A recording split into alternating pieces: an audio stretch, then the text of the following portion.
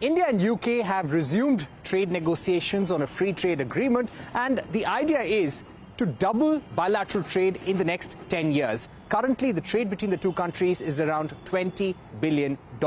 Joining us right now to speak about the possibility of an early FTA and how this will help India and UK businesses, and also the mobility migration between India and UK is Richard Heald, the chair of UK-India Business Council. Richard, thank you very much for joining us. How hopeful are you of an early trade deal? Well, we've been through this before. We've had conversations before.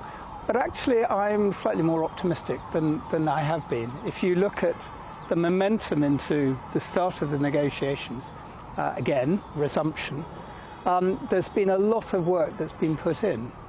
The new government started off with the Technology Security Initiative in July.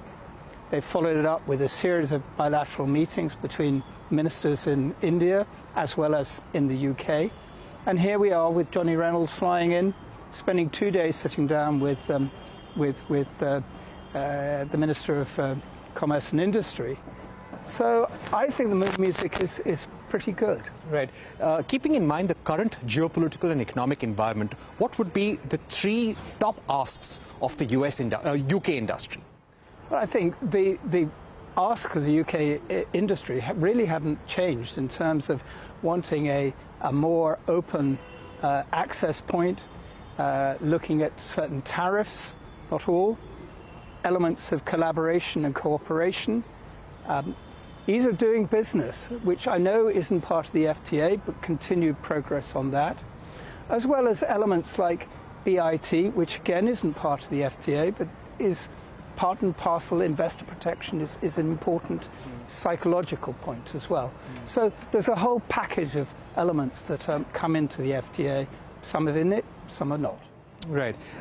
In terms of product lines, could you give us a sense which are the product lines or areas where the UK industry is demanding more market access, both through reduction of tariffs and non-tariff barriers?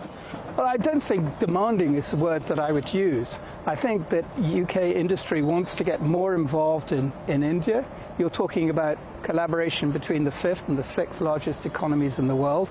You mentioned $20 billion worth of trade, but I talk about $40 billion worth of trade in goods, services as well. So we do a lot together. Demanding is not the right word. I think collaboration and cooperation is the key takeaway of the FTA, what we're wanting to achieve. And where we're wanting collaboration and cooperation is in those future-focused industries and sectors where the two of us can work together in ways that are mutually beneficial. So you're talking about future areas of technology. Will they be part of the FTA, areas such as artificial intelligence?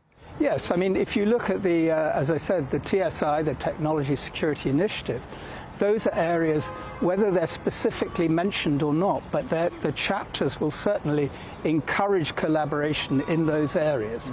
And it's technology, it's drones, it's aerospace and defense, it's low-level satellites.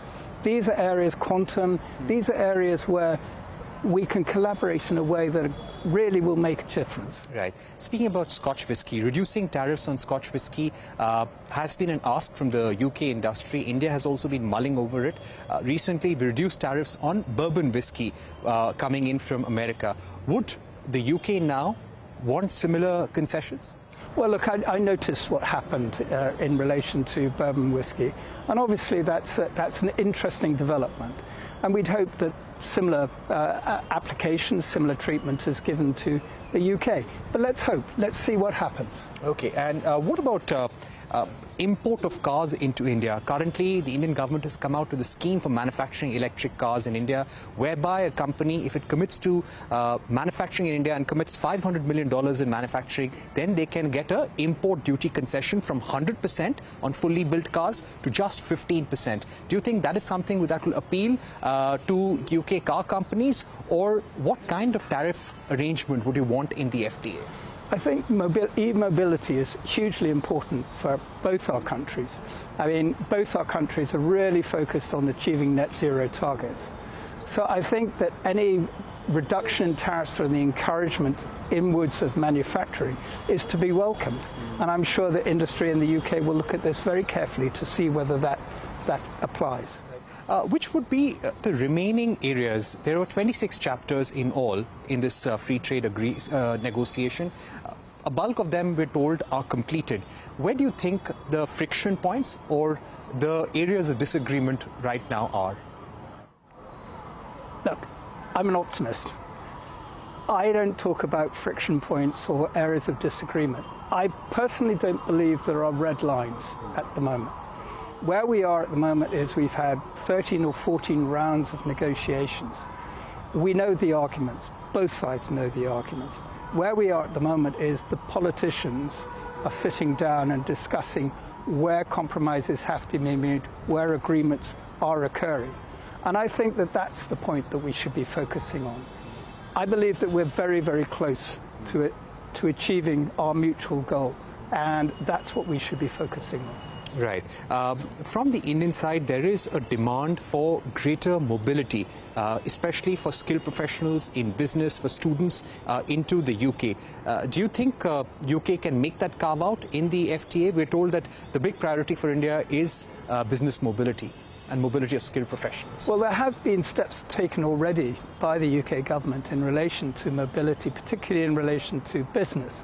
But I accept that there are certain areas where there is still progress to be made.